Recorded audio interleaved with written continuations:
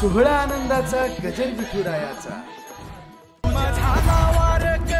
पाठ समजली खरी देह देवाची पंढरी विठू मनाच्या गाभारी श्वास झालं जपमाळ मन चिपळ्यानी टाळ सोहळा आनंदाचा गजर विठुरायाचा अखंड हरिनाम सप्ताह मौजे शेळकेवाडी पिंपळोली तालुका मुळशी जिल्हा पुणे। घेईन मी जन्म याजसाठी देवा, घेईन मी जन्म याजसाठी देवा, तुझी चरण सेवा साधावया। हरिनाम कीर्तन संताचे पूजन, घालीन लोटांगण महाद्वारी। आनंदे निर्भर शोभलते ठाई, सुख दुःखा नाही चाडामा। हरिनाम कीर्तन संताचे पूजन, घालीन लोटांगण महाद्वारी। आणि कसायास न करीन धरियास, होईन उदास सर्व भावे। हरिनाम कीर्तन संताचे पूजन, घालीन लोटांगण महाद्वारी। मोक्षामा घरी कामारी हे दासी, मोक्षामा घरी कामारी हे दासी। होय सांगू ऐसी तुका म्हणे, हरिनाम कीर्तन संताचे पूजन, घालीन लोटांगण महाद्वारी।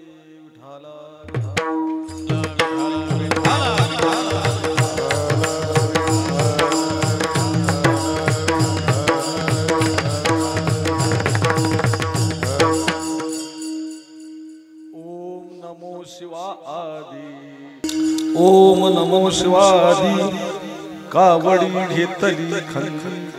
मिळाली संत मानवी त्यांचे चरणरज वंदुरे। शिवनाम शीतळमुखी सेवा कापडिया रे। दड दड दड दड दड दड दड दड दुड दुड दुड दुड दुड दुड दुड पळ सुटला गडी काळा बापुडिया रे।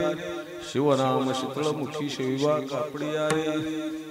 घेईन मी जन्म याजसाठी देवा, तुझी चरण सेवा साधावया। प्रस्तुत कीर्तन रूपी सेवेकरता घेतलेला अभंग भक्त कल्याण मूर्ती सच्चिदानंद स्वरूप संत हृदय सम्राट जगद्गुरु संत श्रेष्ठ सकल संत शिरोमणी श्रीमंत महाराज श्री तुकोबारा यांचा 5 चरणाचा सगळ्यांच्या पाठातील परिचयाची सर्वोत्कृष्ट आणि प्रासादिक अभंग सेवेकरता घेऊन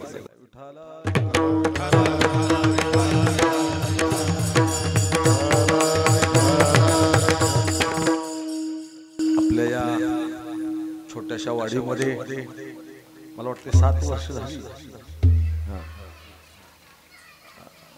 मला कळालं आणि हा महाशिवरात्रीच्या भगवान शंकराच्या महाशिवरात्रीच्या निमित्तानं होणारा हा नामोत्सव आणि ह्या नामोत्सवाचे आमचे परमश्रद्धेय मार्गदर्शक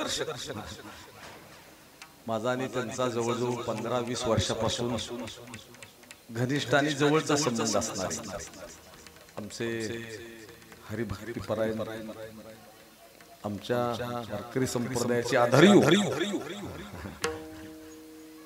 की असे जोशी महाराज आज इथं पर्यवेक्षक म्हणून आहे।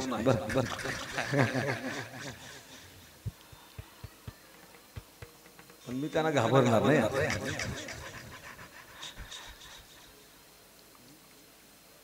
सिंहाला सिंहाचं पिल्लू कधी घाबरत असो। या ठिकाणी पहिल्यांदा मी आपल्या सगळ्यांची दिलगिरी व्यक्त करणार आहे। यायला मला थोडा वेळ झाला, कीर्तन सोडायला वेळ करणार नाही। आणि दुसरी गोष्ट, पाठीमाग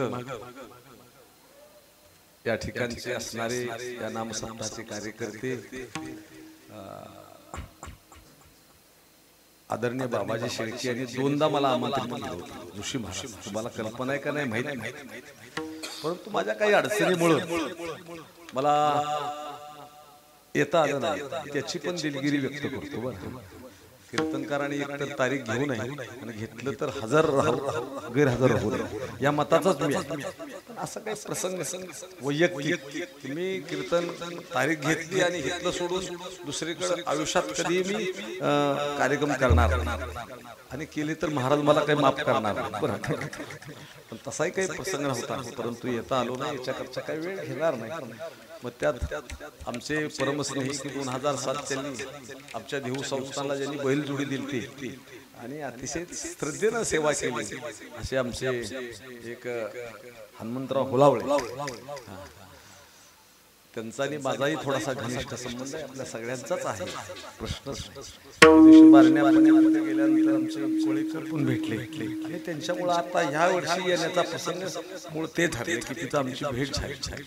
असो, सगळ्यांच्या पुढे एकदा मी पुन्हा गैरहजर राहिल्याबद्दल थोडा उशीर झाल्याबद्दल दिलगिरी व्यक्त करतो.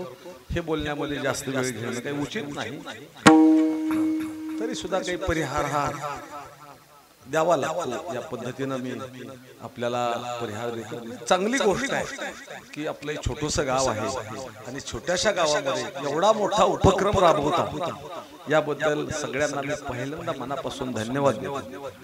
अतिशय छोटं गाव आहे, पण गावात आल्याबरोबर लावलेले सगळे बोर्ड, साईन बोर्ड, वृक्षवल्ली आणि गावाचं हे सगळा निसर्गरम्य परिसर, असं वाटलं मी सकाळीच निघायला पाहिजे.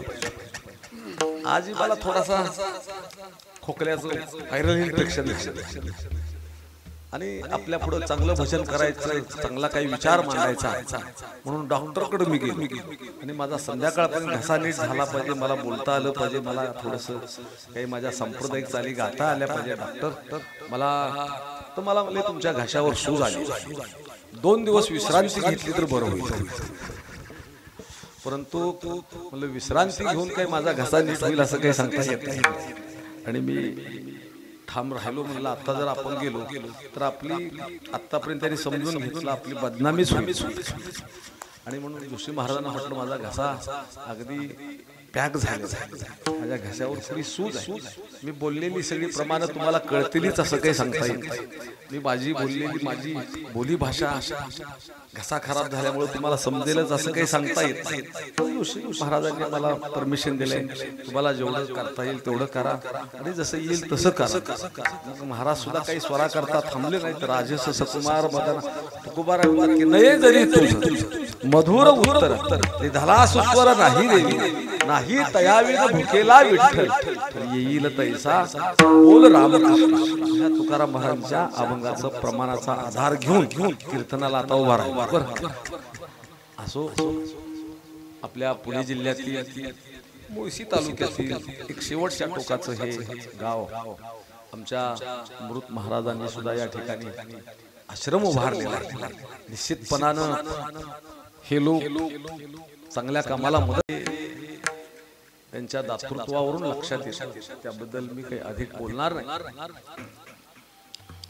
या अभंगाच्या द्वारे जगद्गुरु तुकाराम महाराज भगवान परमात्म्या पुढे प्रतिज्ञा करतात की देवा मी जन्म घेणार आहे, घेईन मी जन्म, परत जन्म घेणार आहे. आता केलेली प्रतिज्ञा आहे, पण संतांच्या प्रतिज्ञेचं वैशिष्ट्य आहे. संत महात्मा केलेली प्रतिज्ञा पूर्णत्वालाच नेतात. कदाचित देवानं केलेली प्रतिज्ञा देवाला पूर्णत्वाला नेता येईलच असं काही सांगता येत नाही. आपल्याला जर मी हे सांगत बसलो तर तुम्ही म्हणा महाराज हे तुम्ही आम्हाला खूप पाठीमागे घेऊन चालला. भगवान कृष्ण परमात्म्याने केलेली प्रतिज्ञा कृष्ण परमात्म्याला पूर्णत्वाला नेता आली नाही. हातामध्ये शस्त्र धरणार नाही ही प्रतिज्ञा होती, पण शस्त्र धरावं लागलं. पण संत महात्म्यांच्या प्रतिज्ञा महाराज संत महात्मा पूर्णत्वाला नेता केलेली प्रतिज्ञा. तुकाराम महाराजांच्या अनेक प्रतिज्ञा आहेत. ही जशी प्रतिज्ञा आहे तशी तुकाराम महाराजांची दुसरी एक प्रतिज्ञा होती, भक्ती भाग्य सीमा साधीन पुरुषार्थ ब्रह्मीचा जो अर्थ निज ठेवा. मोठ्यांची प्रतिज्ञा नेहमी मोठीच असते. सामान्याची प्रतिज्ञा काय असते? सामान्याची प्रतिज्ञा ती प्रतिज्ञा होऊ शकत. ती प्रतिज्ञा कुणाच्या तरी ईर्षेपोटी असते, कुणाच्या तरी द्वेषेपोटी असते, कुणाच्या तरी मत्सरापोटी असते आणि ती प्रतिज्ञा फोल ठरते, ती निरर्थक ठरते. सामान्य लोकांचे भांडण चाललं होतं एकदा मी मला कमी समजू नको लात मारीन तिथं पाणी काढी. अरे बाप मला चंद्रभागेत काढून दाखव बाकीचं जाऊ दे. 500-700 फूट बोर मारले तर पाणी निघत नाही. तुझ्या लातेने कधी पाणी. निरर्थक प्रतिज्ञा. पण आमच्या छत्रपतींची प्रतिज्ञा होती. त्या प्रतिज्ञेमध्ये जगताचं कल्याण हे हिंदवी स्वराज्य व्हावे ही श्रीची इच्छा एवढी प्रतिज्ञा आहे. तशी तुकाराम महाराजांची सुद्धा प्रतिज्ञा आहे. मोठ्यांच्या प्रतिज्ञा मोठ्या असतात. मेरी झाशी नहीं दूंगी राणी लक्ष्मीबाईंची बचेंगे तो और भी लढेंगे दत्ताजी शिंद्याची. लोकमान्य टिळकांची प्रतिज्ञा स्वराज्य हा माझा जन्मसिद्ध तो मी मिळवणार. तशी तुकाराम महाराजांची प्रतिज्ञा आहे मी जन्म घेणार. घेहीन मी जन्म. कशासाठी? कशासाठी आमचा जन्म कशासाठी आहे, आम्ही काय करतोय आणि तुकाराम महाराज जन्म कशासाठी मागितला याच्यामधलं महद अंतर आहे. पहिला प्रश्न आहे तुकाराम महाराज म्हणतात तुझी चरण सेवा साधावा. तुझी म्हणण्यामध्ये तुकाराम महाराजांच्या उपास्य देवता दोन आहेत, एक हर आणि हरी. बस स्वयंभू देवता तुकाराम महाराज ह्या दोनच मान्य केल्या. म्हणून भगवान शंकर सुद्धा हे तुकाराम महाराजांचं उपास्य दैवत आहे. कुणी असं समजू नये की तुकाराम महाराज हे वैष्णव संप्रदायाचे नाही. तुकाराम महाराज हे शैव आणि वैष्णवामधलं भेदाचं खंडन करणारे भूतलावरचे पहिले जगद्गुरू आहेत. हरी हरा भी कुणी खंडन केले त्या भेदाचं. त्याच्या अगोदर केवढा वाद. महाराज म्हणतात नाही नका करू वाद करूच वाद घालूच. सगळ्यात मोठं वादाचं खंडन तुकाराम महाराजांनी केलं. आणि असं हे या ठिकाणी असणार स्वयंभू लिंग या मंदिरामध्ये आलं का प्रसन्न वाटतं, जागृत. आणि अशा ठिकाणी हा महाशिवरात्रीच्या निमित्तानं होणारा महोत्सव तुकाराम महाराजांचे अनेक अभंग आपल्याला पाहायला मिळतात. एकादशी सोमवार थोडा समन्वय घातला. कारेन करसी व्रतसा दोन्ही देवता किती समग्र आहेत. एक एकाचे हृदय गोडी साखरेचे ठाई. केवढी व्यवहारातली उदाहरणं समग्रतेच्या बाबतीत तुकाराम महाराज 400 वर्षापूर्वी किती सुंदर. दोन्ही देवता किती समग्र आहेत. साखर आणि गोडी ही बाजूला होऊ शकत. मला एक जर म्हटलं महाराज आता साखर अशी आहे ती गोड आहे पण त्याला साखर म्हणायचं. अरे तिला साखरच म्हणायचं, गोड आहे त्यातल्या कॅलरी बाजूला काढल्या. गोडी आणि साखर एकत्रित बाजूला होत म्हणून गोडी म्हटलं साखर आली आणि साखर म्हटलं तर गोडी आली. अशा ह्या दोन देवता भगवान शंकर आणि भगवान पांडुरंग परमात्मा त्याचं खंडन करताना तुकाराम महाराज साखरेचं उदाहरण केलं. थोडस कमी वाटलं म्हणून तुकाराम महाराज फरकच म्हटला तरी वेलांटीचा केला. हा हर आहे आणि पंढरपूरचा हरी आहे. एक वेलांटीचा भेदकासी नाद. मग आणखी तुकाराम महाराज पर्याय म्हणून तिसरं उदाहरण दिलं आणि त्याच्यावरती फायनल केलं. संतांची 3 उदाहरणं असतात. पहिलं उदाहरण असतं, पहिल्या उदाहरणाला पर्याय म्हणून दुसरं उदाहरण देतात, दुसऱ्याला पर्याय म्हणून तिसरं देतात आणि तिसऱ्यावरती ते फायनल करतात. चौथं उदाहरण द्यायची. ह्या दोन देवता किती समग्र आहेत हे देण्याकरता तुकाराम महाराज तिसरं उदाहरण दिलं. उजवे वाम भाग तुका म्हणे एकची अंग. महाराज म्हणतात की मनुष्य म्हटल्यानंतर त्याला 2 अंग असतात. एक उजवं अंग आहे आणि दुसरं डावं अंग. आता डाव्या अंगाचा काही फारसा उपयोग होत नाही म्हणून डाव्या हातावर जोरात काठी मारली तर वेदना होईल का नाही आपल्याला? आणि उजव्या अंगावर जरी काठी मारली तरी त्याची वेदना होणार. हे म्हणायला फक्त डावा आणि उजवा आहे, अंग मात्र एकच आहे. तुकाराम महाराज म्हणतात की त्याच्या वेदना ह्या हृदयाला होणार.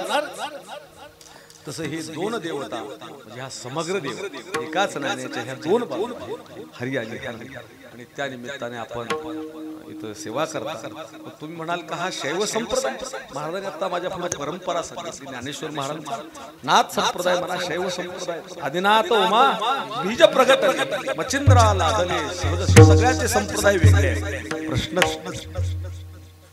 पण सगळ्याची गुरु पांडुरंगाच्या चरणी. आमच्या जोशी महाराजांचा संप्रदाय वेगळा आहे आणि माझा वेगळा, पण आमच्या दोघांची संप्रदायाची बिरुद पांडुरंगाच्या चरणावर दुसरी. तुकाराम महाराजांचा चैतन्य संप्रदाय, चैतन्य मुख्य महाविष्णू चैतन्याचे मूळ संप्रदाय सगळा. तुकाराम महाराजांचा चैतन्य संप्रदाय. ज्ञानेश्वर महाराजांचा शैव संप्रदाय, आदिनाथ उमा बीज प्रकटले मच्छिंद्रा लादले सहज, हे प्रेम मुद्रा गोरक्षा देवी आपल्याला सगळं पाठायचं. त्यांचा शैव संप्रदाय. नाथ महाराजांचा दत्त संप्रदाय आहे. कबीर महाराजांचा आनंद संप्रदाय. सगळ्याचे संप्रदाय मी सांगत बसत नाही, परंतु आपण बघून घेऊ. परंतु सगळ्याची विरुद्ध पांडुरंगाच्या चरणी समर्पित झाली. आणि म्हणून भगवान शंकर हे वारकऱ्यांचे भोळदेव. भगवान शंकर हे खांद्यावरची पताका घेऊन पंढरीची वारी करणारा भूतलावाचा पहिला वैष्णव. आणि तिथून पुन्हा सगळ्यांनी वाऱ्या सुरू केल्या. आणि वाऱ्या करत करत आता त्या वाऱ्याचा लोक बाजार करू लागले. परंतु खरी वारी आणि खरा वारकरी खांद्यावरती पताका घेऊन पंढरीची करणारा हा भगवान शंकर आहे. भजन करणार आहे तो, त्याला भजन राम पूजी सदाशिव आणि भजन करी महादेव. तो भजन करतो, तुमचं भजन त्याला आवडणार नाही, त्या भजनानं तो संतुष्ट होणार नाही. होणार असो. म्हणून त्याची सेवा करण्याकरता तुकाराम महाराज म्हणतात मी पुन्हा जन्म घेणार. मग महाराजांनी सेवा केली नव्हती अगोदर? महाराज म्हणतात ती सेवा तर केली. प्रत्येक युगामध्ये मी सेवा केली. प्रत्येक युगामध्ये तुकाराम महाराज आले सेवा करण्यासाठी, सेवा केली. भगवंताच्या समेत तुकाराम महाराज म्हणतात प्रत्यक्षात प्रत्येक युगामध्ये मी आहे. निद्रा करिता होतो पायी, सवेची लंका घेतली तई, वानर ओळ गाई सवे चारीत फिरत असो. सेवा केली, भक्ती रसाचा आनंदही लुटला. खूप सेवन केलं. सेवन न करतानाही तुकाराम महाराज पुन्हा जन्माची अपेक्षा करतात. पण महाराज म्हणतात माझं पोट भरलंच नाही. यानं पोट कधीच भरत नाही का? भरले. ऋषी महाराज किती वेळा पांडुरंगाच्या दर्शनाला आला, पुन्हा आला पुन्हा दर्शन घेऊन पोट अर्धच राहते. किती दिवस आम्ही सुंदर ते ध्यान म्हणतो. कंटाळा आला का? काही दुसरं एखादं काही सुरू केले नाही. तेच आहे सामान्य विषय. किती आवडीचे असू द्या, कालांतराने त्याचा वीट येतो. विषय जरी आवडत असते परंतु कालांतराने त्याचा वीट येतो. तुकाराम महाराज म्हणतात सेवा खूप केली, पण त्या सेवेनं माझं पोट नाही भरलं. पोट सेविता न धाई, भूक भुकेलेची राही. तुका म्हणे पाहे पूर्ण वासमुक्तीची. आम्हाला मुक्ती नको, आम्हाला मोक्ष नको, आम्हाला पुन्हा जन्म घ्यायचा. काही इच्छा करतात आणि केवळ त्या जन्माचं प्रयोजन तुकाराम महाराज म्हणतात तुझी चरण सेवा, तुझी चरण सेवा साधा. त्याच्यामध्ये थोडे बारके प्रश्न आहेत, त्याचं निरसन माझ्या बुद्धीप्रमाणे मी करण्याचा प्रयत्न. जन्म घेण म्हटल्यानंतर मिळतो का, असाही एक प्रतिज्ञा मी केली, तुम्ही करा. आम्ही जन्म पुन्हा घेणार आहे. आपल्याला मिळेलच का जन्म? खात्री नाही. तुम्ही म्हणाला आता आम्हाला मिळाला, आता कसा मिळाला याचं उत्तर तुकाराम महाराजांनी दिले. आपल्या पावला हा कागताली न्याय. महाराजांचे न्यायशास्त्र, पाकशास्त्र सुद्धा सुंदर होत. सांख्यशास्त्र सगळी शास्त्र प्रश्नच सगळ्या क्षेत्रामध्ये महाराज करतात. ज्ञानेश्वर महाराज काय, तुकाराम महाराज काय, आम्ही फक्त त्यांचा मर्यादित वापर केला. फक्त तुकाराम महाराजांनी पंढरीची वारी, भजन पूजन कीर्तन केलं, एवढंच मर्यादित ठेवला मी. ज्ञानेश्वर महाराजांनी पंढरीची वारी केली, ज्ञानेश्वरी लिहिली. परंतु या संत महात्म्यांनी खऱ्या अर्थानं क्रांती केली, खऱ्या अर्थानं क्रांती. तुकाराम महाराजांचं कार्य केवढं मोठं, माऊलींचं कार्य केवढं मोठं. आज हे महात्मे आपल्या महाराष्ट्रामध्ये जन्माला आले नसते ना, तर महाराष्ट्राचा बिहार झाला असता. आणि मोठ्या लोकांची उंची ही मोठी लोक जाणू शकतात. भक्ताचा महिमा भक्ताची जाणीव, सामान्याला काय कळणार आहे. तुकाराम महाराजांच्या बुद्धीची उंची आम्हाला कळू शकत. काही बावळट लोक आम्हाला विचारतात की आणू रेणू या ठोकडा, याचा अर्थ आम्हाला समजा. आणू रेणू या ठोकडा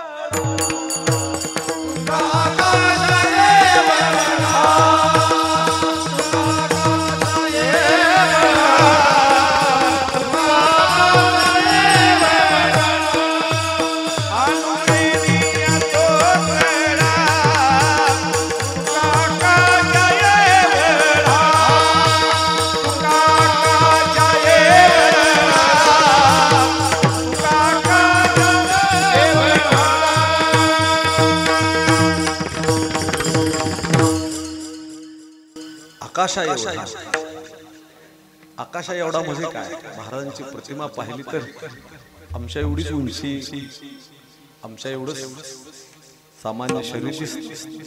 उंची या शब्दाचा अर्थ त्यांची बौद्धिक उंची. बौद्धिक उंची त्यांच्या कार्यावरून, त्यांच्या वाङ्मयावरून लक्षात येते. एक प्रसंग आहे माझ्या जीवनातला, मोठा प्रसंग आहे. माझ्या बरोबर मला वाटतं होलावळे होते का नाही माहित.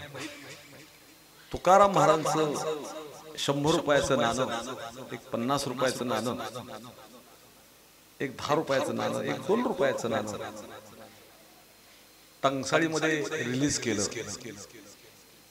आणि त्याचं प्रकाशन हे दिल्लीमध्ये होतं. ऋषी महाराज, मी कोणत्या पक्षाचा नाही, मी सगळ्या पक्षाचा. काही लोकांचं थोडस एखादा कीर्तनकाराचा सहज जरी शब्द केला तरी त्याला कुठंतरी वेगळं वळण देण्याचा प्रयत्न होतो, म्हणून मी कल्पना देतोय तुम्हाला. मग 50 लोकांना आम्हाला आमंत्रित केलं होतं दिल्लीमध्ये. त्यावेळेस आपल्या भारताचे भूतपूर्व प्रधानमंत्री आदरणीय अटल बिहारी वाजपेयी साहेब, देशाचे अर्थमंत्री बाळासाहेब विखे पाटील होते, पर्यावरण मंत्री जसवंत नाईक होते, पेट्रोलियम मंत्री राम नाईक होते. ही सगळी मंडळी माझ्या लक्षात आहे. आमचे डॉक्टर सदानंद मोरे हे सुद्धा ते डाईसवर होते, पंतप्रधान. आणि आम्ही मात्र व्हीआयपीच्या लाईन मध्ये पुढे होतो 50 जण. आणि महाराजांच्या नाण्याचं प्रकाशन झालं वाजपेयींच्या हस्ते. म्हणजे ते आता कधीही आपल्या व्यवहारामध्ये ते येऊ शकतात. तर त्याचा सेट पण आम्हाला त्यावेळेस प्रधानमंत्र्यांनी दिला की बाबा हे नाणं असं असेल गांधीचा. पण मोठी माणसं मोठ्या माणसाची उंची मोजू शकतात, सामान्याचं काम नाही. आणि मला महाराजांचा एक अभंग आठवला. खरंच महाराजांची उंची सांगितली बरं ते. सगळ्यांची भाषणं झाली आणि वाजपेयींचं भाषण हे समारोपाचं शेवट, अध्यक्ष होते कार्यक्रम. आणि अध्यक्षांचं भाषण हे शेवटी असतं. अध्यक्ष भाषण झालं की लगेच कार्यक्रम संपतो. मग प्रत्येकाने आपापल्या भाषणामध्ये वाजपेयींची स्तुती केली. मनुष्य हा स्तुतीप्रिय, देव स्तुतीप्रिय, तर मनुष्य का असत नाही. आणि आमचे बाळासाहेब विखे पाटील तुकाराम महाराजांच्या बद्दल अतिशय स्वाभिमान. आणि मला त्यांनी सांगितलं, बापूसाहेब मीच त्यांना कल्पना सुचवली की महाराजांच्या एक महाराजांचं नाणं निघालं पाहिजे, त्यांचा छाप असलेलं. आणि ते मान्य केलं की तुमची सूचना बरोबर आहे, त्या योग्यतेचे महाराज आहेत. वाजपेयींनी लगेच केली आणि ते एक 4-6 महिन्यामध्ये ते झालं ते सगळं. आणि रिलीज करण्याकरता सगळ्यांना रेल्वेनं फर्स्ट क्लासचं तिकीट स्वतः काढून वाजपेयीने दिल्लीला आम्हाला घेऊन गेले.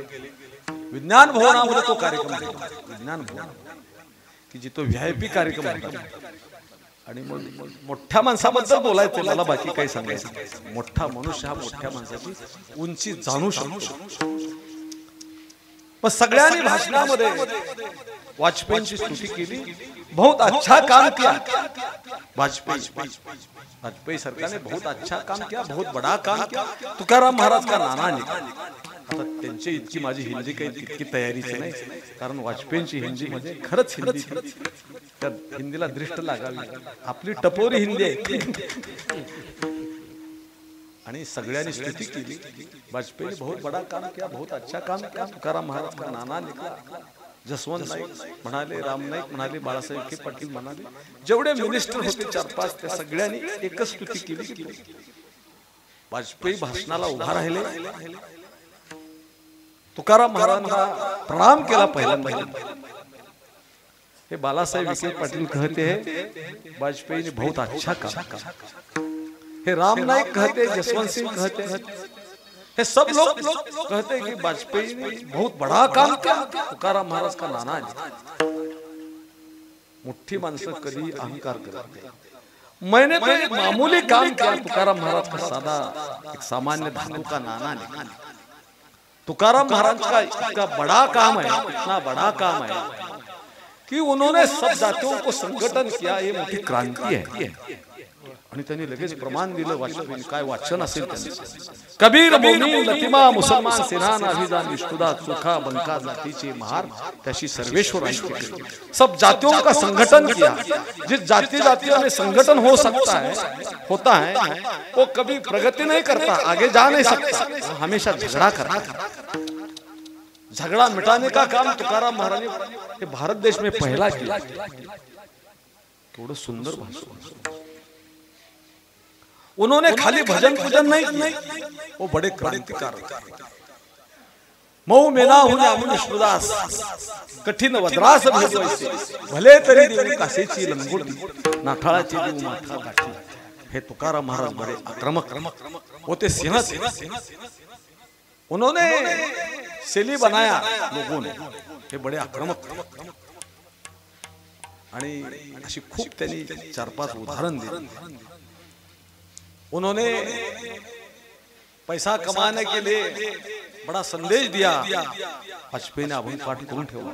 जोडो निया धन उत्तम व्यवहार, उदास विचारे वेचले. आणि वारकरी संप्रदायाबद्दल मोठा आदर. त्यांनी सांगितलं, मी 25 वर्षापासून खासदार आहे. त्यांचं भाषण झालं त्यावेळेस ते 75 वर्षाचे होते. म्हणजे 50 वर्षापासून मी खासदार आहे. लोक संसदेमध्ये काम करतोय, लोकसभेचा सदस्य आहे. पण आमचे ह्या विज्ञान भवन आज पावन हो चुका है.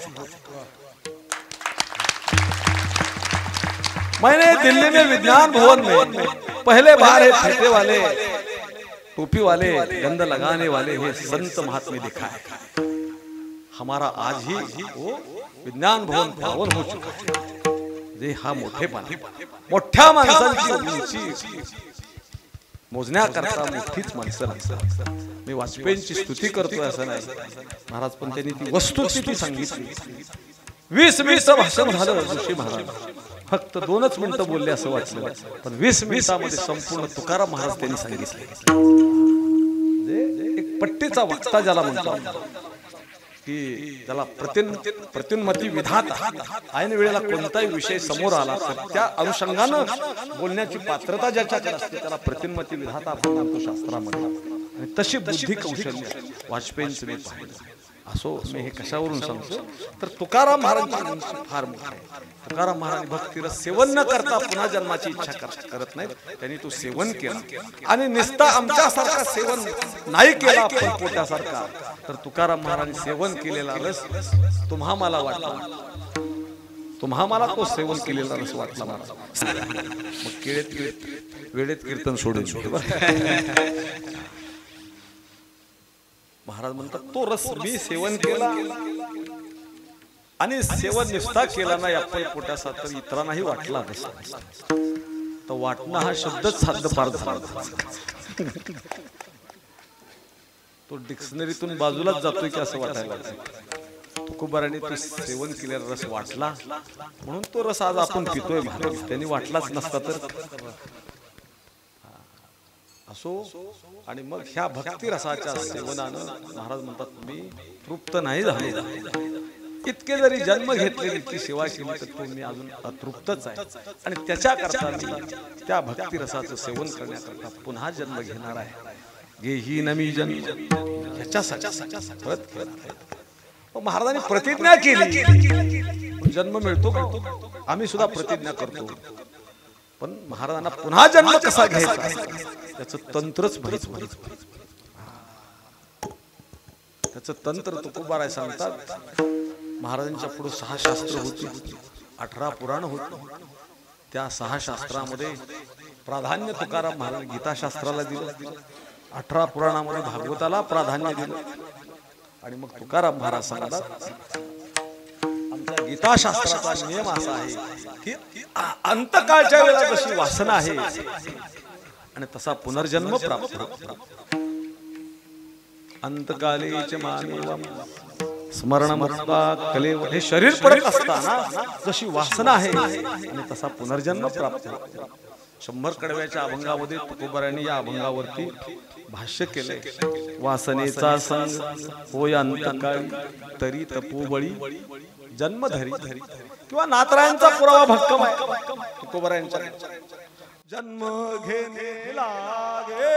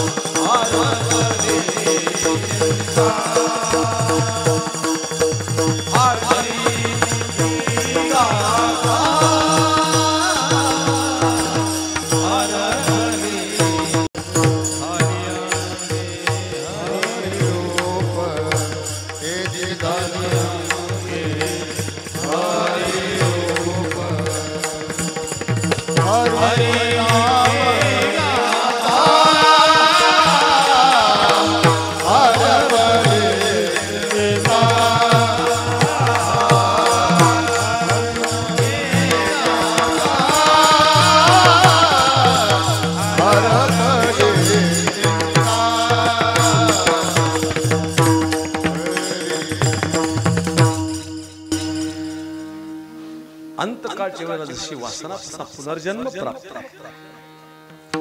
आणि या नियमानुसार तुकाराम महाराज सांगतात आमची वासनाच हरिरूपच झाली आमच्या वासनेचा विशेष भगवान परमात्मा आणि एक दुसरे नये माझे मना राहिली वासना तुझे पायी शेकडो प्रमाण आपल्याला देता येते आणि म्हणून आम्हाला पुन्हा जन्म जो मिळणार आहे तुझी चरण सेवा साधण्याकरता या शब्दाचा अर्थ मनाजोगी करण्याकरता मिळणार आहे याबद्दल आम्हाला यतकिंचित तुकाराम महाराज म्हणतात शंका नाही बरं मग महाराज तुम्ही इकडे जन्म घ्यायचं म्हणता आणि एका बाजूला तुम्ही सांगता की जन्माला येणं म्हणजे दुःख आहे क्लेश आहे तुम्हीच हे वर्णन केलं आम्हाला तर ते ज्ञात ही नाही ती श्रुती नाही प्रथम केला गर्भिवास काय ते सांगा विसायास दुःख भोगिले न वही आलो जन्मास किती प्रमाणात याला देता येते मग असं असताना एका बाजूला तुम्ही जन्मा येणे घडे पातकाचे मूळ म्हणतो, जन्म नाही रे अनेक म्हणतात. आणि इकडं मात्र तुम्ही आम्हाला जन्म मिळावा अशी इच्छा करता. एकच काय परंतु अनेक जन्म घेईन जन्मांतरे, हेची करावया खरे मणी भक्तीची आवडी, ठेवा व्हावी ऐशी जोडी सुखे घेऊ जन्मांतरे. एक बरे घेलू पंढरीचे वार करी, होता थोरी जोडी हे हेतू आले अनुभवा, पहावे जीवावरून. त्याच्याकरता त्याग केला, तुका म्हणे केला त्याग सर्व सर्व म्हणून, हेच सुख पुढती मागू. ह्या सुखाची इच्छा करता तुम्ही. मग आम्हाला याच्यामध्ये थोडीशी साशंकता आहे. एकीकडे जन्म वाईट आहे म्हणता, याला दुःख आहे, आणि एकीकडे तुम्ही चांगलं आहे म्हणता. त्यातला सारा तुकाराम महाराजांचा विचार असा सांगायचा की जन्माला आल्यानंतर जर तुझी चरणसेवा घडत असेल तर एकच काय, परंतु आम्ही अनेक जन्म, आणि हे जर घडत नसेल तर मग मात्र क्लेश आहे, त्रास आपलं कळावं लागतं. बरोबर तुकाराम महाराज जन्म कशा करता घ्यायचं म्हणतात आणि कशा करता नको. एक विनोद सांगू का? आता तुम्ही पुढात म्हणून सांगायला काय हरकत नाही. तुमचा पण एखादा मार्मिक विनोद चांगला असतो बरं. आता कदाचित तुमचाच आहे का दुसऱ्याचा आहे मला माहित नाही.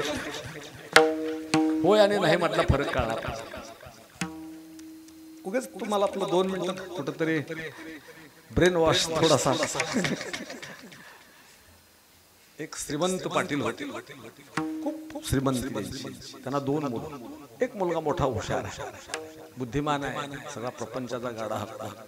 पण धाकटा मुलगा कर्मधर्म संयोगानं थोडा मतिमंद.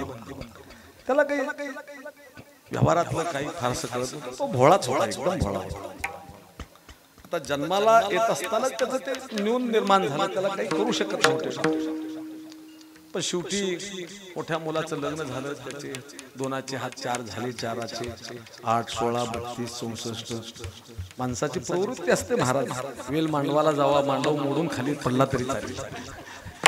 आणि त्या उक्तीप्रमाणे मोठ्याचं लग्न झालं. पुन्हा वडिलांना वाटलं जरी भोळा भाबडा असला तरी सुद्धा आपल्याकडे प्रॉपर्टी खूप आहे, याचं थोडं अज्ञान झाकून ठेवू. आणि त्याला सुद्धा एखादी मुलगी बघून त्याचाही वेल मांडवाला गेला, पहिले वडिलांना वाटलं, त्याचं अज्ञान झाकून ठेवलं. एका चांगल्या घराण्याची मुलगी प्रॉपर्टीकडून बघून त्या पाटलांना धाकटी सून चांगली मिळाली. जास्त वेळ घेत नाही आपला. आणि मग हे अज्ञान झाकून ठेवलं. पण दिवाळी आली 4-2 महिने. ह्यांनी सासरवाडी पण काही पोचूच दिलं नाही का हे चाल. मग सासरी बुवांनी मेहुण्याने सांगितलं आता दिवाळीकडे आमच्याकडे पद्धत आहे की नवीन लग्न झालं का पहिल्या दिवाळीला जावायला बोलवलं पाहिजे आणि आलं पाहिजे. खूप आग्रह केला. आता वडिलांना असं वाटलं की आता हा सासरवाडीला गेला तर अज्ञान झाकून ठेवलेलं उघडं पडेल. त्याची तयारी केली. कुणाची? मुलाची तयारी. तुला जावं लागेल. आता तुला तर काय बोलण्याचं तंत्रज्ञान नाही, व्यवहार नाही, कळत नाही, आम्हालाही माहित नाही. पण तू जर आम्ही सांगितलं तसं वागला तर तुझं अज्ञान झाकून. त्याला काय ट्रेनिंग दिली? शक्यतो बोलत जाऊ नकोस. पण काय भानगड असते माहित नाही. ज्याला बोलायचं व्यवहार नसतो ती माणसे जास्त बोलल्याशिवाय आणि काही सारखं पण गप्प बसणं बरोबर नाही. नाही बोलला तर लोक तुला म्हणतील सासरवाडीची मुकाय का जावया.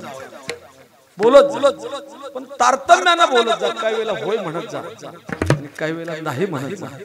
असं तारतम्यानं तू बोलला ना तुझं अज्ञान झाकून जाईल, सुखरूप परत येशील. काही नाही. पण काही वेळेला होय म्हणावं, काही वेळेला नाही म्हणावं. सारखंच बोलू नये, सारखंच गप्पही बसू नये. मग जायला उशीर झाला ह्यांना. 4 वाजेपर्यंत सासरे बुवा एवढे सगळे वाट बघतायत. सगळे घरची आरास केली. जावई येणार आहेत पहिल्यांदा. मोठ्याच्या घरची सासरवाडी, श्रीमंत लोक आहेत सगळे. आणि मग जावई बुवाने प्रवेश केला घरात. प्रवेश केल्यावर ह्यांनी विचार केला आपल्याला घरच्यांनी वडिलांनी सगळ्यांनी ट्रेनिंग दिले, गेल्यावर शक्यतो बोलायचंच नाही म्हणून गेल्यावर या म्हटले, बसा बसा, गप्पच बसले.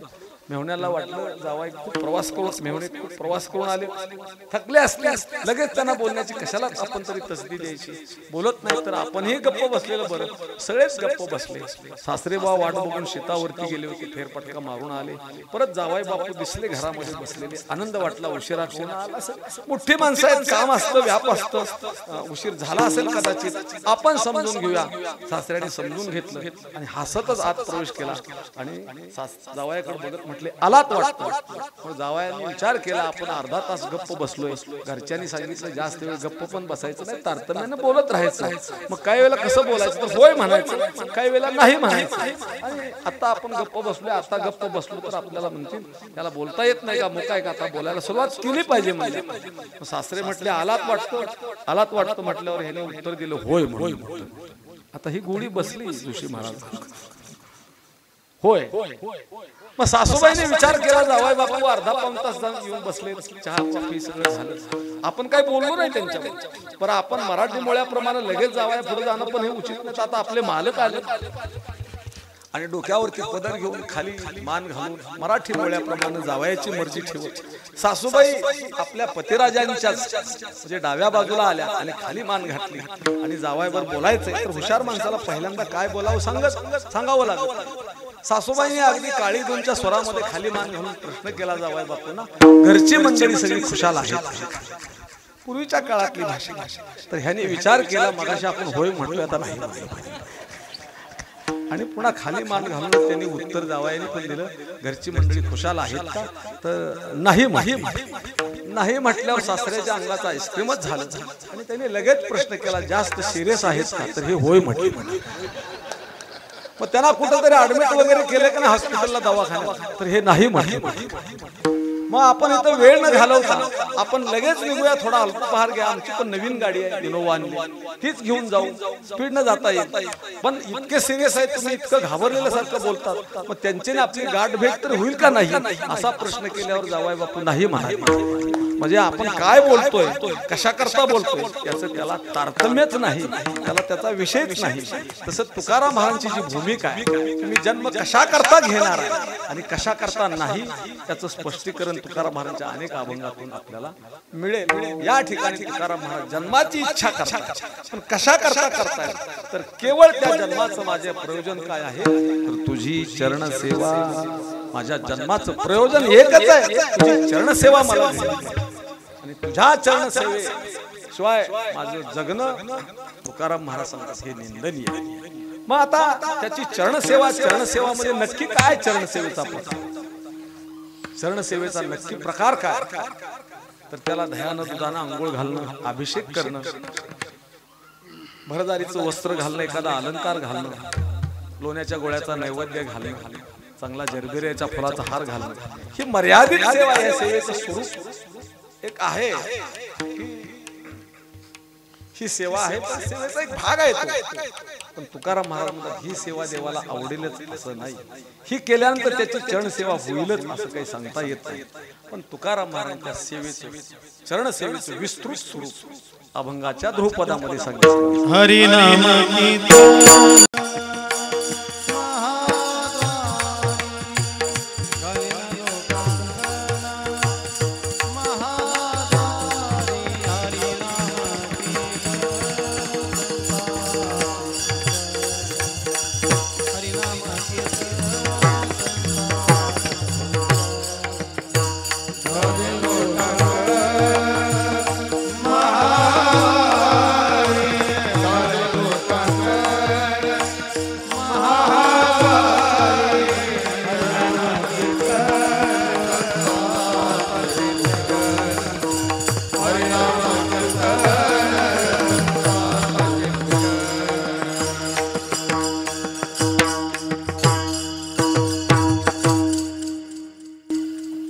भगवंताची चरणसेवा तुकाराम महाराज शब्द वापरतात. मग त्या चरणसेवेचं विस्तारित स्वरूप काय, तर त्या चरणसेवेचं विस्तारित स्वरूप तुकाराम महाराज सांगतात. देवाला कोणती सेवा आवडते तर हरिनाम त्याला आवडतं, त्याला कीर्तन आवडतं, त्याला संतांची पूजा केलेली आवडते आणि भगवंताच्या द्वारामध्ये म्हणजे महाद्वारामध्ये लोटांगण घातलेलं त्याला अनन्य भावानं त्याची शरणांगती पत्करलेली त्याला आवडते. हे तुकाराम महाराज चरणसेवेचे विस्तारित स्वरूप अभंगाच्या ध्रुपदामध्ये सांगतात. देव हा स्तुतिप्रिय आहे, नामप्रिय आहे महाराज. त्याला काय आवडत असेल हे तुकाराम महाराजांना माहित, त्याला त्याचं नाव आवडतं. पण देवापुढं मागताना सुद्धा तुकाराम महाराज हेच मागितले. महाराजांच्या करता भगवान परमात्मा काही पण द्यायला तयार आहे. आत्ताच्या काळातलं थोडस ते हलकं वाक्य वाटतं लोकांना, तुमच्यासाठी काय पण महाराजांना भगवान परमात्मा म्हणाले, जगद्गुरु तुकोबारांना बरं का, इन द ब्रॅकेट, तुमच्यासाठी महाराज काय पण. काही द्यायला तयार होते. पण तुकाराम महाराज स्पष्ट बोलणारे होते, अरे तू काही द्यायला तयार आहे, मग मी काही घ्यायला तयार आहे का? नाही, मी नाही घेणार. अनेक काही नाही मागणे, सुख संपत्ती राज चाड धने, कडे न पडे तुझं जेणे, तुझे भक्ती विना मला द्यायचंय ना तुला.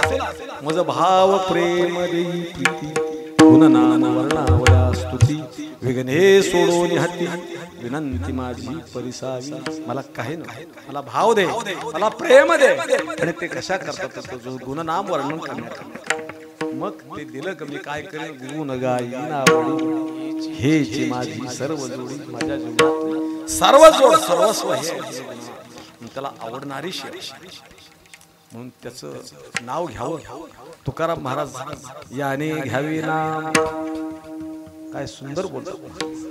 तिसी करणे त्याचे का, धावे चाले मागे मागे, सुख दुःख साहे अंगे. महाराज तो नामप्रिय, त्या नामामध्ये त्याची ताकद तेवढी ठेवली. नाम आणि नामेमध्ये भेदच. आमच्या फळावरती कोल्हापूर भागातील एक शेकटे महाराज म्हणते, अगदी 4वी 5वी शिकलेले ग्रस्त, सेवाधारी, कीर्तन करतात, गोड कीर्तन करतात. काही मंडळी अशिक्षित आहेत, हा फार पांडित्य नाही त्यांच्यात, गोड कीर्तन करतात. त्यांची एक दोन वाक्य सांगतो तुम्हाला मी. त्यांनी सांगावं की जीवनामध्ये देव भेटला तर ते म्हणायचे 8 काम झालं समजा, आणि जीवनामध्ये देव भेटला तर 12 रुपया काम झालं समजा. संत भेटले तर 12 रुपया काम, देव भेटला तर 8. आणि दुसरे एक वाक्य ते वापरायचे की दुसऱ्या बाईने आपल्याला खाऊ घातलेला तूप भात आणि आपल्या आईने नुसता पाठवून फिरवलेला हात सारखा असतो.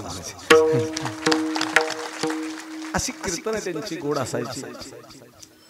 पण त्याने आईचं प्रेम आणि पत्नीचं प्रेमामधला फरक सांगायचा. जुन्या लोकांची कीर्तन मी ऐकलेली आहे, मी ते ऐकूनच मी कीर्तन शिकलो, कुठं शिकायला गेलोच नाही. मग त्यांनी सांगायचं की आईचं प्रेम हे निस्पृह प्रेम आहे. आईचं प्रेम हे निस्पृह प्रेम आहे. मुलगा बाहेरून आला, उशीर झाला, तालुक्याला गेला, आईला सांगितलं 2 वाजता येतो, आणि पत्नीलाही सांगितलं 2 वाजता. पत्नीचं पण प्रेम आहे म्हणजे नाही असं, पण फरक सांगितला. 2 वाजता येता येत नाही, त्याला 7:45 वाजले. 2चं टाइम, दोघी डोळ्यात तेल घालून बघतात. 7:45 वाजता आल्यावर आईला समाधान वाटलं, मुलगा, बायकोलाही समाधान झालं, पती आले उशिरा. पण म्हणले आई पहिल्यांदा मुलगा आल्याबरोबर पोटाकडे बघते, माझा बाळ सकाळी घरातून उपाशीच गेला, जेवलाय का नाही, पोट खाली आहे का. आई पोटाकडे बघते आणि पत्नी पण बघते, म्हणजे पोटाकडे बघत नाही, पाठीकडे बघते, भाजीला आणले का मोकळा झाला. असा फरक सांगायचे. मी सांगत होतो याच्या अगोदर की दोन्हीतला फरक मला सांगायचा होता, तो मी सांगून गेलो. मग नामाबद्दल बोलत होतो, नामामध्ये किती ताकद आहे. त्याने उदाहरण सांगायचं की वारीचे दिवस आले, आमचा जोडीदार होता, आणि त्याला सांगितलं अरे उद्या दशमी आपल्याला आज निघायचं, आपल्याला निघायचं उद्याच्याला वारी. म्हणले मला तो जोडीदार म्हटला की उद्याच्याला वारीला येईल असं मला काही खात्री वाटत, माझी अडचण आहे रे. अरे वारी बुडवायची नसते, कसली अडचण आहे. तो म्हटला आमच्या बिराडाला बोलत. तर ह्यानी वेड्याचं सोंग घेतलं, कसलं बिराड, म्हणजे आमच्या धर्मपत्नीला बोलत. काय झालं, ताप आलाय, त्याला ताप उतरायला तयार नाही 2-3 दिवस. मग ते शेकटे महाराज म्हणले ताप मंडळीला आला, पण मंडळीपेक्षा त्याचा चेहरा अतिशय बेकार झाला होता. मग त्यांनी पुन्हा सांगितलं ताप कोणाला आला, गंमत म्हणले मंडळीला. मग तुम्हाला यायला काय हरकत आहे, ताप तुम्हाला तर आला नाही. पण त्यांनी सांगितलं नाही, तिचा ताप कमी आल्याशिवाय, तिला दवाखान्यात उपचार झाल्याशिवाय मला घर सोडलं, कारण तिचा योगक्षेम सगळा मला व्हावा लागतो. आणि का व्हावा लागतो, तर तिनं त्याचं नाव घेतलेलं असतं लग्न मंडपामध्ये. तिची सगळी जबाबदारी याच्यावर असते. तिचं दुखणं भानं, तिच्या गरजा, तिची साडी, तिला जे काही लागल ते सगळं ह्याने पुरवावं लागतं. तिची संकट सगळी दूर करावी लागतात. आणि का करावी लागतात तर त्या धर्मपत्नीने त्याचं नाव घेतलेलं असतं. मग तुकाराम महाराज म्हणतात व्यवहारामध्ये जर एवढा नियम आहे, तिने एकदा नाव घेतलं तर त्याचा सर्वस्व भार त्याला व्हावा लागतो. का व्यसनमुक्ती संघटनेला व्हावा लागतो का गावातल्या तंटामुक्ती अध्यक्षाला व्हावा लागतो? नाही, तिच्या पतीला व्हावा लागतो. का व्हावा लागतो तर त्याचं कारण तुकाराम महाराज सांगतात तिनं नाव घेतलंय त्याचं, म्हणून तिचा योगक्षेम. तसं आम्ही त्याचं नाव घेतलं, आमचा योगक्षेम त्याला व्हावा लागतो. म्हणून याने घ्यावे नाम तिसी करणे त्याचे काम, धावे चाले मागे मागे सुख दुःख साहे अंगे. काय गोड वर्ण तुकाराम महाराज, तो स्तुतिप्रिय आहे म्हणून त्याला हरिनाम आवडतो. हरिनाम. अजून त्याला काय आवडतं तर त्याला कीर्तन आवडतं. महाराजांनी कुठलाही पंत स्वीकारू द्या, ते जगद्गुरु द्वाराचार्य झाले, आणखी काही झाले, पण त्यांनी मूळ बेस ठेवला की माझी सेवा ही कीर्तनच राहील. बस. म्हणून आम्ही त्यांना का मानतो तर ते कीर्तन ही आपली साधना समजतात. भगवंताच्या प्राप्तीची साधना कीर्तन. जगाची करमणूक करणं हे कीर्तनाचं साधनच नसतं. तुकाराम महाराज म्हणतात नव्हे चावटीचे बोल जनरंजवाने. संत महात्म्यांनी आमच्या कीर्तनाची मर्यादा सांभाळली. नव्हे नव्हे कीर्तनाची लक्ष्मण रेषाच आखून. तुकाराम महाराज म्हणतात कलियुगा माझी करावे कीर्तन. आणि त्याचं फळ काय तर तेने नारायण दिल भेटी. भगवंताच्या प्राप्तीचं साधन कीर्तन सांगितलं. आज कीर्तन कुठल्या थराला चाललंय, अजून कुठल्या थराला जाईल याची कल्पनाही करता येत नाही. आता माझ्यासारख्यानं काही एखादा शब्द बोलला तर तो तुम्हाला पटेलच असं काही सांगता येत नाही. कुणाची उनी ध्वनी काढण्यात काही अर्थ नाही. परंतु निश्चितपणानं संत महात्म्याने जे कीर्तन सांगितलं, त्यांनी जे कीर्तन केलं, त्या कीर्तनानं आज सुद्धा कलियुगामध्ये उद्धार झाल्याशिवाय राहणार. 2 पैसे कमी मिळतील त्याला. कीर्तनाची मर्यादा त्यांनी आखून ठेवली. नाथ महाराज तर 700 वर्षापूर्वी सांगून जातात बाबा ओ मर्यादा सोडू नका. सगुण चरित्रे परम पवित्रे सादर वर्णावी सज्जन वृंदे मनोभावी आदि वंदावी संत संगे अंतरंगे नाम बोलावे कीर्तन रंगी निवासने सुखे डोलावे भक्ती ज्ञाना विरहित इतर गोष्टी न कराव्या प्रेम भरे वैराग्याच्या गोष्टी विवराव्या जेणेकरून मुक्ती ठसावी अंतरी.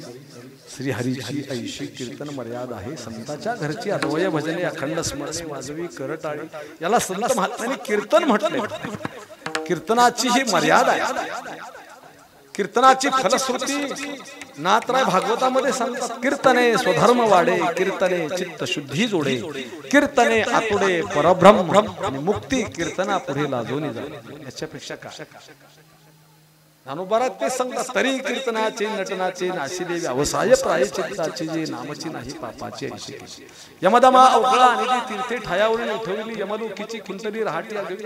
यम म्हणे कवना ते यमावे दम म्हणे कवना ते दमावे तीर्थे म्हणते काय खावे दोषोपदाशी नाही ऐशे माझे नाम. खूप सुंदर वेळ आहेत. 30-40 वेळामध्ये ज्ञानोबारायांनी भगवान परमात्म्याने कीर्तनाचं महत्व सांगितलं. असो म्हणून प्रथम क्रमांकाची सेवा भगवंताची जर कोणती असेल तर हरिनाम कीर्तन खूप बोलण्यासारखं. आणि मग सेवेला द्वितीय क्रमांक तुकाराम महाराज दिला संत पूजन. संत पूजा सुद्धा देवाला प्रिय आहे. संत पूजा देव आणि संत याच्यामध्ये फरकच नाही, फक्त दोघांच्या कार्यामध्ये फरक आहे. तुकाराम महाराज काय महाविष्णूचा अवतार सखा माझा ज्ञानेश्वर म्हणे रामेश्वर भट्ट तुझ्या तुका विष्णू नाही. भगवान स्वतः सांगतात आत्मज्ञाने चोखडी संत ही माझी रूपडी ते तर दृष्टी पडू आवडी कामिणी देशी. कितीतरी उदाहरणं देता येतील. म्हणून संत पूजा ही सगळ्यात श्रेष्ठ पूजा आहे. नात्राय संतास घाली संतासी आसने पूजा करी काया वाचा एका जनार्दनी जाणे इच्छिले जे पुरवी सांडी मांडी परते टाकी वासुदेव नाम धुकी मोक्ष येईल सुखी नाम स्मरता आधारे. संत पूजा ही सर्वश्रेष्ठ पूजा आहे. कारण तसा जर विचार केला तर देवापेक्षा संतांचं कार्य श्रेष्ठच आहे. कारण संत नसते तर देवच आपल्याला दिसला नसला. तुकाराम महाराजांच्या भाषेत सांगावं लागेल.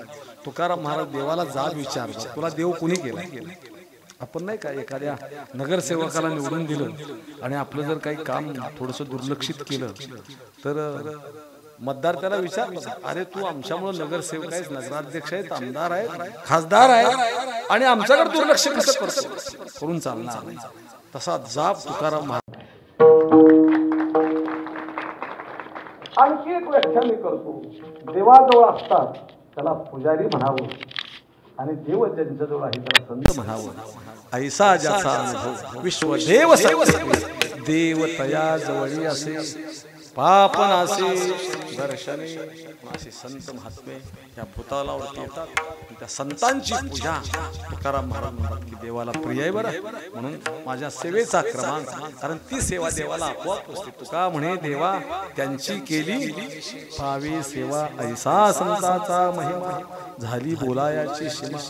किंवा तुका म्हणे संत सेवा हेची देवा उत्तम. म्हणून या ठिकाणी संत पूजेला संत सेवेला तुकाराम महाराज द्वितीय क्रमांक दिला. आणि आणखी विस्तृत माझ्या सेवेचं स्वरूप काय असेल तर तुझ्या दारामध्ये मी लोटांगण घेईन, म्हणजे अनन्य भावानं तुला शरण. मला माहित आहे की तुझ्या पुढं शरणांगती कशा करता पत्करायची.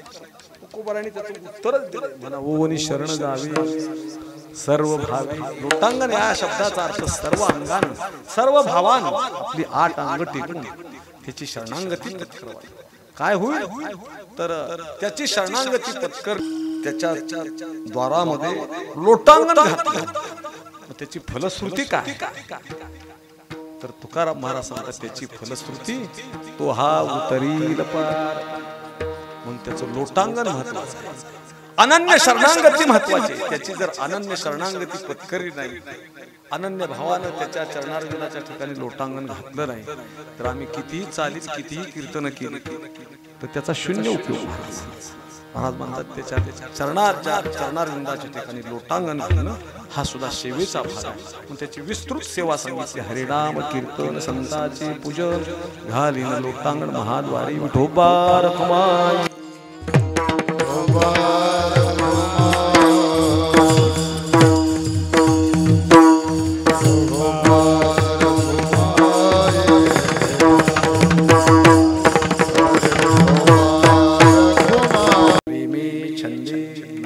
डोले हरपले देहभाव, की ज्याच्यामध्ये आपला देहभाव हरपला जातो आणि त्याचं नाव तुकाराम महाराज म्हणतात कीर्तन आहे. असो म्हणून तिसऱ्या चरणाचं थोडंसं नामचिंतन आपल्या पुढे मांडणार आहे की आनंदे निर्भर असो भलते ठाई. केवढी ऊर्जा देणारं प्रमाण आहे, एवढं ऊर्जा देणार. महाराज म्हणतात जीवनामध्ये सगळे प्रसंग येणार आहेत. दुःखाचा प्रसंग येणार आहे, सुखाचा येणार आहे. जीवनामध्ये कधी जय होणार आहे, कधी पराजय होणार आहे. महाराज कधी मानही मिळणार आहे आणि कधी अपमानही होणार आहे. महाराजांची काय अवस्था आहे. महाराज म्हणतात मानील तो देईल काय आणि न मानेल तो नेईल. एखादा महाराज पायानं पडतात बसला जाई पण बोललाच. महाराज म्हणजे काय तुझ्या पदरात धोळा पडलाय. ते महाराज तुझ्याशी बोलले काय, पाया पडले काय, तुला काय हार घातला काय नाही घातला काय. हार घातला म्हणजे काय महाराजांची अवस्था. आम्हाला जर हार आलाच नाही तर आम्ही कीर्तनच करणार. महाराजांची पूरी प्रतिकार शक्ती. एक प्रसंग आहे, महाराजांचं चरित्र अनेक अंगानं वाचलंय. मोठ्यांचं वाचलंय, छोट्याचं वाचलंय, आपल्याला पाहिजे तेवढं घ्यायचं. पण एका चरित्रामध्ये महाराज अपमानाला घाबरत नव्हते. मोठं उदाहरण आहे. गावातल्या पाटील कोपला महाराजांच्या वर कोपला पाटील गावीचे हे लोक कोण घाली भीक मजाता महाराजांची अवस्था अशी झाली अरे कोपला पाटील गावचा आणि त्या गावातली सगळी रयत ती पाटलाच्या मागे असते पाटीलच कोपला तर रयत का कोपणार सगळं देहूगाव कोपलं पाटलाचं डोकं फिरलं काय माहित नाही आणि त्या पाटलाने ठरवलं महाराजांची धिंड गाढवावरनं काढायची अंबारीवरनं नाही गाढवावर अख्खं गाव आलं वाजंत्री लावले महाराजांना गाढवावरती बसवलं डोक्याला गुलाली लावला उलट बसवलं मिरवणूक काढली गावात आणि जखमेवर मीठ सोडणं हा एक प्रकार असतो एका माणसानं गाथा घेतला आणि अशा गर्दीमध्ये आला आणि महाराजांना 572 नंबरचा जो अभंग आहे महाराज तुमच्या गाठ्याला त्याचा अर्थ मला सांगता का एवढी गर्दी आहे प्रचंड महाराजांची मिरवणूक काढली वाईट भावनेत अपमान करण्यात आणि अशा गर्दीमध्ये महाराजांना विचारला अर्थ काय आता आपल्यासारखा असता तर तू उसकला असता महाराजांनी त्याच्या पाठीवरून हात बाळ ह्या गर्दीत मी तुला अर्थ सांगून तर तुला कळणार कसा आता 15-20 मिनिटांमध्ये मिरवणूक संपून जाईल लोक जातील आपापल्या घरी मी मोकळा होईल आणि मिरवणूक माझी संपली का तू माझ्याकडे तुला 572 काय तुला काय पाहिजे त्या अभंगाचा अर्थ केवढा उदारी आहे जीवनामध्ये महाराजांच्या मानाचे प्रसंग आले अपमानाचे आले छत्रपतींनी केवढा मान केला त्यांचा नजराना पाठवला महाराजांच्या घरी सगळा इतिहास सांगत बसत छत्रपती सारखे राजे तुकोबारांच्या घरी आले त्याही चरित्रातला एक भाग सांगेल त्यांचं वैभव काय होतं म्हणायला आम्ही सदैव सोडके जवळी येतात चोर धाके जाऊ पुढे भिके भित्री घर राखी महाराजांचं वैभव सामान्य बुद्धीच्या माणसाला कळू शकत नाही छत्रपती राजे एकदा जुन्नरवरून येत होते पुण्याला चालले आणि पाऊल वाटेनं निघाले त्यावेळचा मार्ग छोटासा आणि योगायोगाने तो जुन्नर ते पुणे हा मार्ग देहूवरून होता देहूमध्ये आले छत्रपती 100-200 मावळे बरोबर छत्रपती स्वतः पुढे घोडदौड करतात देहूमध्ये लक्षात आलं की आज काय योग आहे माहित नाही महाराजांच्या गावावरून आपण जातोय देहूवरून जातोय जर महाराजांची भेट झाली दर्शन झालं तर ठीक आहे धन्य काळ संत भेट पायी मिठी पडली आणि गावात घोडी वळवली देहूमध्ये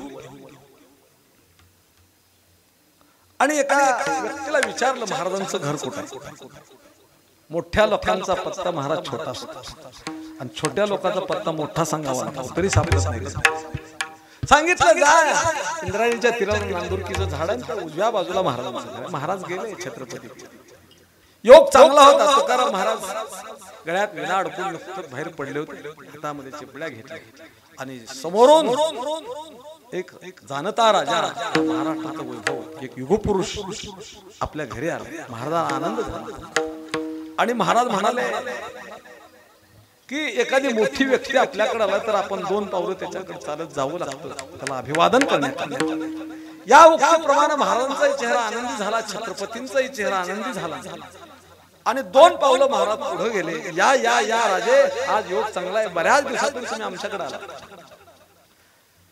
छत्रपतीने आल्याबरोबर दंडवत घातलं मी एक युगपुरुष आहे त्यांच्या कसं दर्शन घेऊ असा मनामध्ये भाव निर्माण झाला तुका करी प्रणिपात दंडवत आचार्य या नियमाप्रमाणे दंडवत घातलं आलिंगन दिलं छत्रपती आणि तुकाराम महाराजांनी चौकशी केली राजांच्याकडे राजे आता महाराष्ट्रातली प्रजा कशी आहे छत्रपतींनी उत्तर दिलं महाराज आपल्यासारख्याचे अनंत कोटी आशीर्वाद आमच्या पाठीशी आहेत सगळी प्रजा सुखी आहे काही चिंता करण्याचं काही फारसं राहिलं नाही मोगलांचा अंमल आम्ही जवळजवळ संपवत आणलाय असेच अनंत कोटी आशीर्वाद आमच्या पाठीशी असावे आणि छत्रपतीने पुन्हा दर्शन एकदा घेतलं आणि हात जोडले आणि आम्हाला आता निघण्याची परवानगी द्या कारण मोठी माणसं आपलं काम झाल्यावर थांबत नाही पण तुकाराम महाराजांच्या मुखातून काही शब्द गेले राजे आपण तर बऱ्याच दिवसातून आमच्याकडे आला जेवण करून जावं अशी आमची भोजन करून जावं आणि मग छत्रपती म्हणाले घर बाहेलं 2 खानाचं घर आहे, छोटस, धान्याच्या पोत्याची थप्पी नाही, भांडी मोठी नाही, जेवणाची व्यवस्था इथं होईल अशी परिस्थिती नाही. ते पाहिले ती सगळी परिस्थिती आणि छत्रपतीने उत्तर दिलं, महाराज मी थांबलो असतो पण माझ्या बरोबर 400 मावळे आहेत, मावळ्याला सोडून मी कधी जेवण करत नाही. पण मावळ्याला सोडून जेवणारा राजा नसावा आणि वारकऱ्याला सोडून जेवणारा महाराजही नसावा. पण त्यावेळेस मात्र तुकाराम महाराजांनी अतिशय सडेतोड उत्तर दिले राजांना.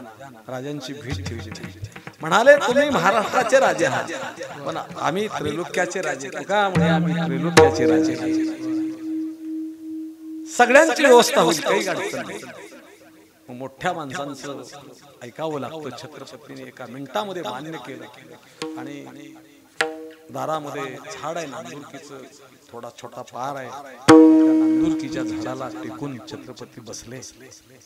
घोडदौड ज्या व्यक्तीची झाली त्याचं शरीर थकून जातं, रात्रभर जागरण झालं, प्रवास आणि 2 मिनिटं झाली का डोळे लागले, झोप लागली. वेळ लागेल आता एवढ्या लोकांचा, फक्त 10 मिनिटं झाली का छत्रपतींना जागं केलं तुकोबारांनी. राजे स्वयंपाक तयार. अरे 400 लोक माझ्याबरोबर, बाहेर बसलो नाही, आतमध्ये सोय तयार केली. 2 खानाचं घर, त्या 2 खानाच्या खोलीला चौकट लागली आणि चौकटीच्या आतमध्ये मोठा 400 लोक बसतील एवढा आलिशान, चांदीची ताट, सोन्याचे तांबे, ऋतुकुल्या, मधुकुल्या, राजांच्या योग्यतेचं सगळं जेवण आहे. राजे पोटभर जेवले, सगळे मावळे जेवले.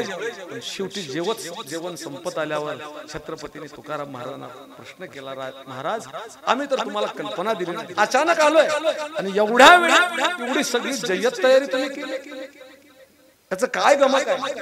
तुकाराम महाराजांनी हात जोडले. हे म्हणले आम्हाला तुम्ही विचारू नका, आम्ही तुम्हाला सांगतो. महाराजांच्या घरी अष्टमहासिद्धी ओळंगती द्वारी नवजती दुरी दवडी, पण त्याचा उपयोग स्वतःसाठी कधी केला. दुष्काळी अटीला द्रव्यनीला मान स्त्री अन्नान्न करिता मी, परंतु त्याचा उपयोग फक्त छत्रपती आल्यावर एकदाच चमत्कार म्हणून नाही, सहज असा अधिकार आहे. मला हे का सांगायचं तर महाराजांच्या जीवनामध्ये मानही तेवढा. राजा घरी येणं म्हणजे काही सामान्य गोष्ट आहे का? तुकोबाराच्या प्रमाणाने मी बोललो असतो पण आता वेळ झाला. राजा घरी आला आणि गाढवावरून मिरवणूक काढली तरी सुद्धा तुकाराम महाराजांचे शब्द आहेत, आनंदे निर्भर असो भलते ठाई.